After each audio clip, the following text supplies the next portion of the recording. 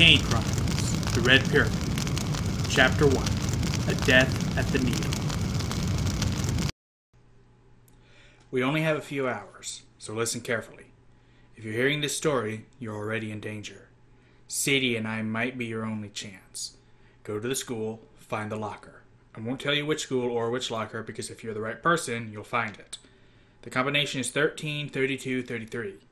By the time you finish listening, you'll know what those numbers mean. Just remember the story we're about to tell you isn't complete yet. How it ends will depend on you. The most important thing, when you open the package and find what's inside, don't keep it longer than a week. Sure, it'll be tempting. It'll grant you almost unlimited power. But if you possess it too long, it will consume you. Learn its secrets quickly and pass it on. Hide it for the next person, the way Sadie and I did for you. Then be prepared for your life to get very interesting. Okay, Sadie is telling me to stop stalling and get on with the story. Fine. I guess it started in London, the night our dad blew up the British Museum. My name is Carter Kane. I'm 14 and my home is a suitcase. You think I'm kidding? Since I was 8 years old, my dad and I have traveled the world. I was born in LA, but my dad's an archaeologist, so his work takes him all over. Mostly we go to Egypt, since that's his specialty. Go into a bookstore, find a book about Egypt. There's a pretty good chance it was written by Dr. Julius King. You want to know how Egyptians pulled the brains out of mummies, or built the pyramids, or cursed King Tut's tomb? My dad is your man. Of course, there are other reasons my dad moved around so much, but I didn't know his secret back then. I didn't go to school. My dad homeschooled me, if you can call it homeschooling when you don't have a home. He sort of taught me whatever he thought was important, so I learned a lot about Egypt and basketball stats and my dad's favorite musicians. I read a lot too, pretty much anything I could get my hands on, from dad's history books to fantasy novels, because I spent a lot of time sitting around in hotels and airports and dig sites in foreign countries where I didn't know anybody. My dad was always telling me to put the book down and play some ball. You ever try to start a game of pickup basketball in Aswan, Egypt? It's not easy. Anyway, my dad trained me early to keep all my possessions in a single suitcase that fits in an airplane's overhead compartment. My dad packed the same way, except he was allowed an extra work bag for his archaeology tools. Rule number 1, I was not allowed to look in his work bag. That's a rule I never broke until the day of the explosion. It happened on Christmas Eve. We were in London for a visitation day with my sister, Sadie. See, Dad's only allowed 2 days a year with her, one in the winter, one in the summer, because our grandparents hate him. After our mom died, her parents, our grandparents, had this big court battle with Dad. After 6 lawyers, 2 fistfights, and a near-fatal attack with a spatula, don't ask, they won the right to keep Sadie with them in England. She was only 6, 2 years younger than me, and they couldn't keep us both. At least, that was their excuse for not taking me. So Sadie was raised as a British school kid, and I traveled around with my dad. We only saw Sadie twice a year, which was fine with me. Shut up, Sadie. Yes, I'm getting to that part. So anyway, my dad and I had just flown into Heathrow after a couple of delays. It was a drizzly, cold afternoon.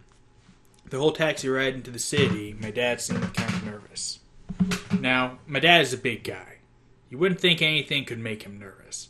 He has dark brown skin like mine, piercing brown eyes, a bald head, and a goatee, so he looks like a buff evil scientist. That afternoon he wore his cashmere winter coat and his best brown suit, the one he used for public lectures. Usually he exudes so much confidence that he dominates any room he walks into, but sometimes, like that afternoon, I saw another side to him that I didn't really understand. He kept looking over his shoulder, like we were being hunted. Dad, I said as we were getting off the A40, what's wrong? No sign of them, he muttered. Then he must have realized he'd spoken aloud because he looked at me kind of startled. Nothing, Carter. Everything's fine. Which bothered me because my dad's a terrible liar. I always knew when he was hiding something, but I also knew no amount of pestering would get the truth out of him. He was probably trying to protect me, though from what, I didn't know. Sometimes I wondered if he had some dark secret in his past, some old enemy following him. Maybe. But the idea seemed ridiculous. Dad was just an archaeologist. The other thing that troubled me, Dad was clutching his work bag. Usually when he does that, it means we're in danger. Like the time gunmen stormed our hotel in Cairo. I heard shots coming from the lobby and ran down to check on my dad. By the time I got there, he was just calmly zipping up his work bag while 3 unconscious gunmen hung by their feet from the chandelier, their robes falling over their heads so you could see their boxer shorts. Dad claimed not to have witnessed anything, and in the end the police blamed a freak chandelier malfunction. Another time got caught in a riot in Paris. My dad found the nearest parked car, pushed me into the back seat, and told me to stay down. I pressed myself against the floorboards and kept my eyes shut tight. I could hear Dad in the driver's seat, rummaging in his bag, mumbling something to himself while the mob yelled and destroyed things outside. A few minutes later, he told me it was safe to get up. Every other car on the block had been overturned and set on fire. Our car had been freshly washed and polished, and several 20-euro notes had been tucked under the windshield wipers. Anyway, I'd come to respect the bag. It was our good luck charm. But when my dad kept it close, it meant we were going to need good luck. We drove through the city center, heading east toward my grandparents' flat. We passed the golden gates of Buckingham Palace, the big stone column in Trafalgar Square. London is a pretty cool place, but after you've traveled for so long, all cities start to blend together. Other kids I meet sometimes say, "Wow, you're so lucky you get to travel so much." But it's not like we spend our time sightseeing or have a lot of money to travel in style. We stayed in some pretty rough places, and we hardly ever stay anywhere longer than a few days. Most of the time it feels like we're fugitives rather than tourists. I mean, you wouldn't think my dad's work was dangerous. He does lectures on topics like, can Egyptian magic really kill you? And favorite punishments in the Egyptian underworld, and other stuff most people wouldn't care about. But like I said, there's that other side to him. He's always very cautious, checking every hotel room before he lets me walk into it. He'll dart into a museum to see some artifacts, take a few notes, and rush out again like he's afraid to be caught on the security cameras. One time when I was younger, we raced across the Charles de Gaulle airport to catch a last-minute flight, and Dad didn't relax until the plane was off the ground. I asked him point blank what he was running from, and he looked at me like I just pulled the pin out of a grenade. For a second, I was scared he might actually tell me the truth. Then he said, "Carter, it's nothing." As if nothing were the most terrible thing in the world. After that, I decided maybe it was better not to ask questions. My grandparents, the Fausts, live in a housing development near Canary Wharf, right on the banks of the River Thames. Their taxi let us off at the curb, and my dad asked the driver to wait.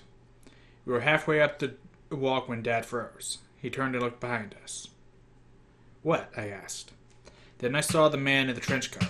He was across the street, leaning against a big dead tree. He was barrel-shaped, with skin the color of roasted coffee. His coat and black pinstripe suit looked expensive. He had long braided hair and wore a black fedora pulled down low over his dark round glasses. He reminded me of a jazz musician, the kind my dad would always drag me to see in concert. Even though I couldn't see his eyes, I got the impression he was watching us. He might have been an old friend or colleague of Dad's. No matter where we went, Dad was always running into people he knew. But it did seem strange that the guy was waiting here, outside my grandparents'. And he didn't look happy. "Carter," my dad said, "go on ahead. But get your sister. I'll meet you back at the taxi." He crossed the street toward the man in the trench coat, which left me with two choices. Follow my dad and see what was going on, or do what I was told. I decided on the slightly less dangerous path. I went to retrieve my sister. Before I could even knock, Sadie opened the door. "Late as usual," she said. She was holding her cat, Muffin, who'd been a going-away gift from Dad 6 years ago. Muffin never seemed to get older or bigger. She had fuzzy yellow and black fur like a miniature leopard, alert yellow eyes, and pointy ears that were too tall for her head. A silver Egyptian pendant dangled from her collar. She didn't look anything like a muffin, but Sadie had been little when she named her, so I guess you have to cut her some slack. Sadie hadn't changed much either since last summer. As I'm recording this, she's standing next to me, glaring, so I'd better be careful how I describe her. You would never guess she's my sister. First of all, she'd been living in England so long she has a British accent.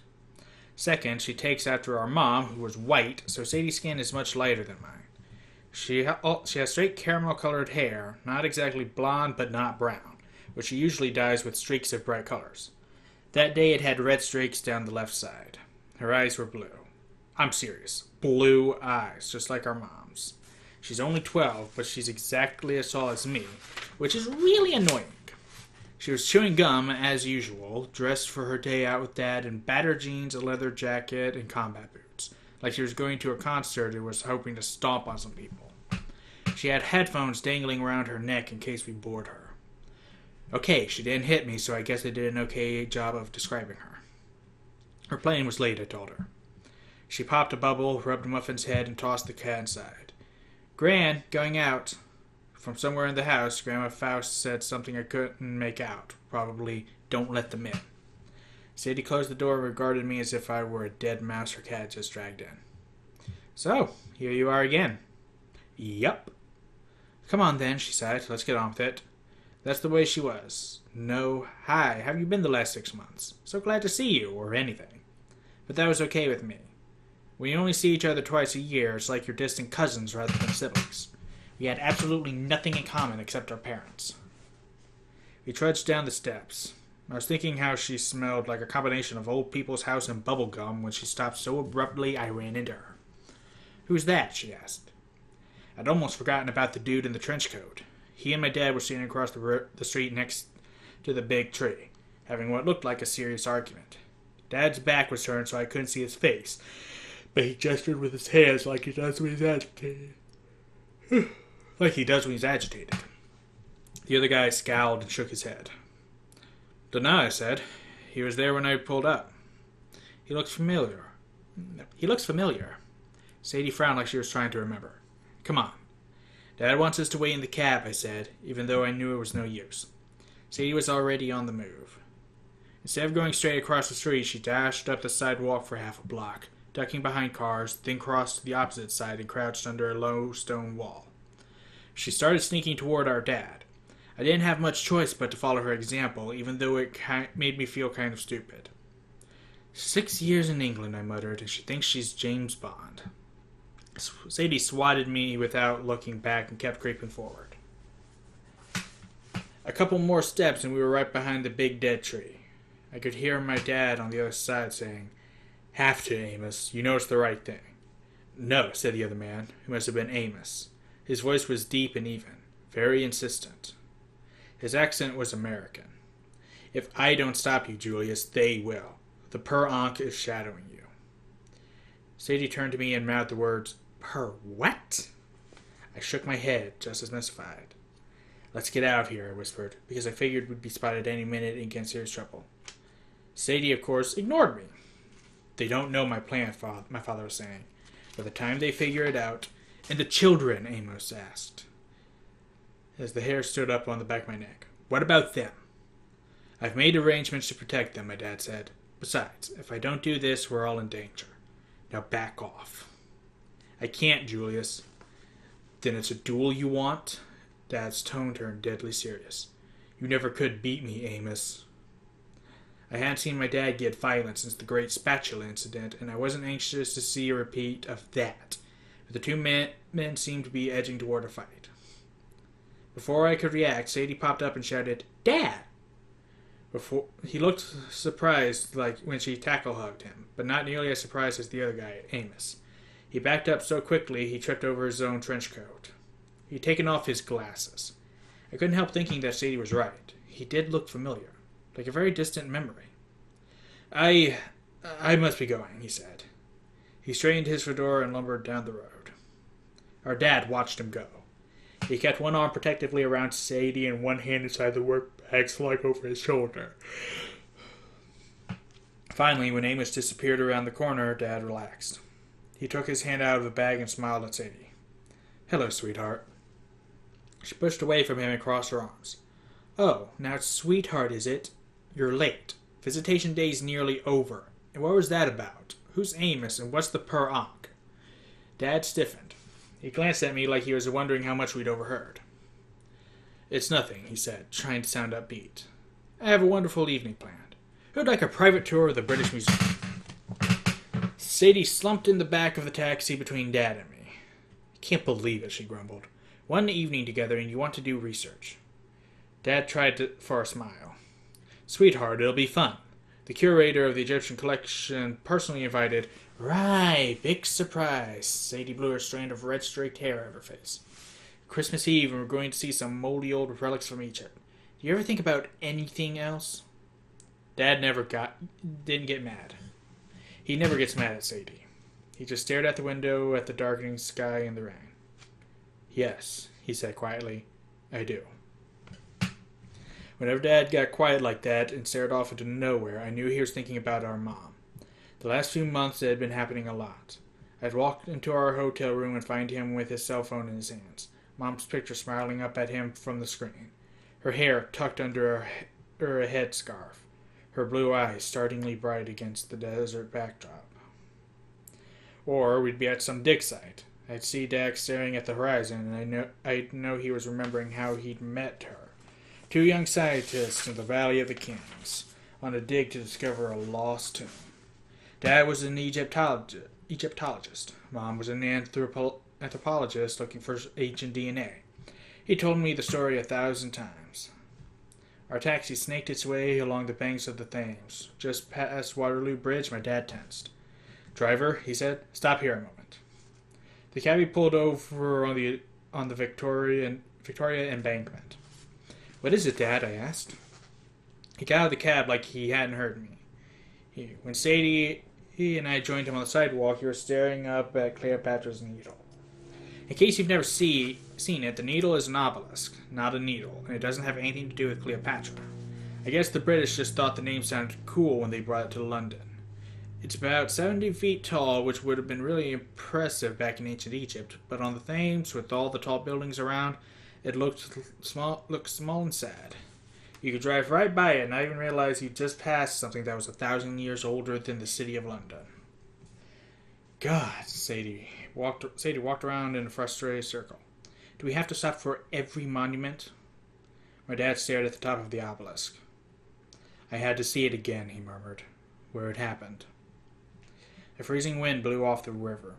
I wanted to get back in the cab, and my dad was really starting to worry me. I'd never seen him so distracted. What, Dad? I asked. What happened here? The last place I saw her. Sadie stopped pacing. She scowled at me uncertainly, then back at Dad. Hang on. Do you mean Mum? Dad brushed Sadie's hair behind her ear. She was so surprised she didn't even push him away. I felt like the rain had frozen me solid. Mom's death had always been a forbidden subject. I knew she'd died in an accident in London. I knew my grandparents blamed my dad. But no one would ever tell us the details. I'd given up asking my dad, partly because it made him so sad, partly because he absolutely refused to tell me anything. When you're older was all he would say, which was the most frustrating response ever. You're telling us she died here, I said. At Cleopatra's Needle? What happened? He lowered his head. Dad, Sadie protested. I go past this every day, and you mean to say, all this time, and I didn't even know? Do you still have your cat? Dad asked her, which seemed like a really stupid question. Of course I've still got the cat, she said. What does that have to do with anything? And your amulet. Sadie's hand went to her neck. When we were little, right before Sadie went to live with our grandparents, Dad had given us both Egyptian amulets. Mine was an Eye of Horus, which was a popular protection symbol in ancient Egypt. Just give you a little look right there. In fact, my dad says the modern pharmacist symbol R is a simplified version of the Eye of Horus, because medicine is supposed to protect you. Anyway, I always wore my amulet under my shirt, but I figured Sadie would have lost hers or thrown it away. To my surprise, she nodded. Of course I have it, Dad, but don't change the subject. Grant's always going on about how you caused Mom's death. That's not true, is it? We waited. For once, Sadie and I wanted exactly the same thing. The truth. The night your mother died, my father started. Here at the Needle, a sudden flash illuminated the embankment. I turned, half blind, and just for a moment I glimpsed two figures. A tall, pale man with a forked beard wearing cream-colored robes, and a coppery-skinned girl in dark blue robes and a headscarf. The kind of clothes I'd seen hundreds of times in Egypt. They were just standing there side by side, not 20 feet away, watching us. Then the light faded. The figures melted into a fuzzy afterimage. When my eyes readjusted to the darkness, they were gone. Sadie said nervously. Did you just see that? Get in the cab, my dad said, pushing us toward the curb. We're out of time. From that point on, Dad clammed up. This isn't the place to talk, he said, glancing behind us. He promised the cabbie an extra £10 if he got us to the museum in under 5 minutes, and the cabbie was doing his best. Dad, I tried. There's people at the river. And the other bloke, Amos, Sadie said. Are they Egyptian police or something? Look, both of you, Dad said. I'm going to need your help tonight. I know it's hard, but you have to be patient. I'll explain everything. I promise after we get to the museum, I'm going to make everything right again. What do you mean, Sadie insisted. Make what right? Dad's expression was more than sad. It was almost guilty. With a chill, I thought about what Sadie had said, about our grandparents blaming him for Mom's death. That couldn't be what he was talking about, could it? The cabbie swerved onto Great Russell Street and screeched to a halt in front of the museum's main gates. Just follow my lead, Dad told us. When we meet the curator, act normal. I was thinking that Sadie never acted normal, but I decided not to say anything. We climbed out of the cab. I got our luggage while Dad paid the driver with a big wad of cash. Then he did something strange. He threw a handful of small objects into the back seat. They looked like stones, but it was too dark for me to be sure. Keep driving, he told the cabbie. Take us to Chelsea. That made no sense since we were already out of the cab, but the driver sped off. I glanced at Dad, then back at the cab. And before it turned the corner and disappeared in the dark, I caught a weird glimpse of 3 passengers in the back seat. A man and 2 kids. I blinked. There was no way the cab could have picked up another fare so fast. Dad, London cabs don't stay empty very long, he said matter-of-factly. Come along, kids. He marched off through the wrought iron gates. For a second, Sadie and I hesitated. Carter, what is going on? I shook my head. I'm not sure I want to know. Well, stay out here in the cold if you want, but I'm not leaving without an explanation. She turned and marched after our dad. Looking back on it, I should have run. I should have dragged Sadie out of there and gotten as far away as possible. Instead, I followed her through the gates. Alright, there's the end of Chapter 1. So instead of going on to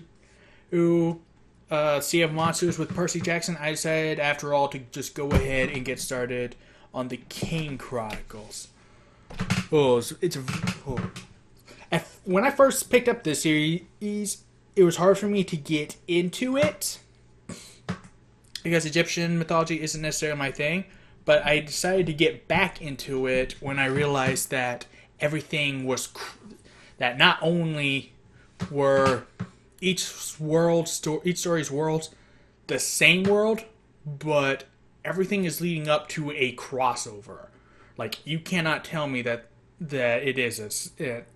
At the point where all the novels are right now, several of the heroes have already met it and done things together. Like, there's short stories with Percy and Carter. There's Percy teamed up for helped Magnus a bit in Shaun of the Dead.